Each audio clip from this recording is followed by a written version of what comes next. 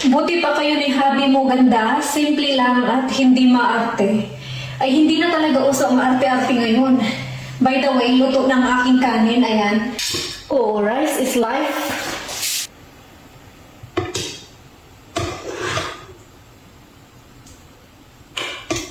Mapapadami talaga ang kain ko dito, mga ganda. Tapos ang ulam ko, mga ganda, ayan, itlog.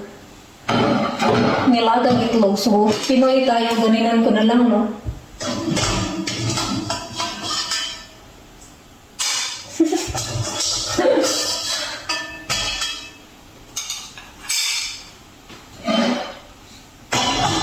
So, ayan, kain tayo, mga ganda.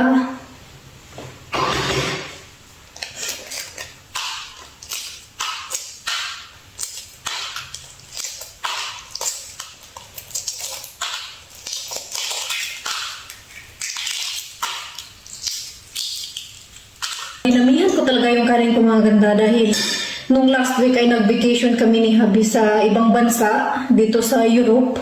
At isang linggo talaga akong hindi nakakain ng kanin, kaya naman nandito na kami sa bahay at ayan, kanin is life talaga. Meron ako ditong tuyo at suka.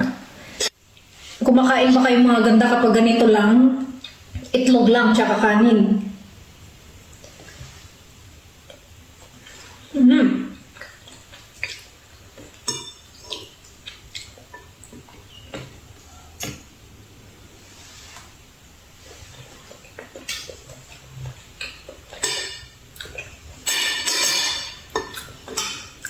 Masarap talaga kamay.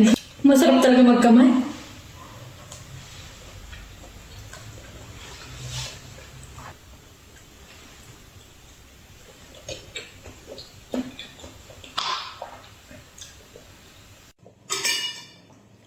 Dati nga, mga ganda, sa probinsya, kapag wala kaming ulam ay nag-uulam kami ng ganito.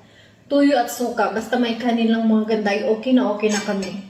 Tapos pagkatapos nun, ayan, balik trabaho na naman sa bukid. So, ayan lang, mga ganda. Thank you so much for watching. Bye-bye! Yung nakain kong kanin ay 2 cups of rice. Tapos isang itlog lang yung naubos ko, di ba? Tipid. Ang tamang pagkain pala ng prutas, mga ganda, ay kakain ka ng prutas before kakakain ng pagkain or kanin, ganyan. So, wag niyo akong gayahin.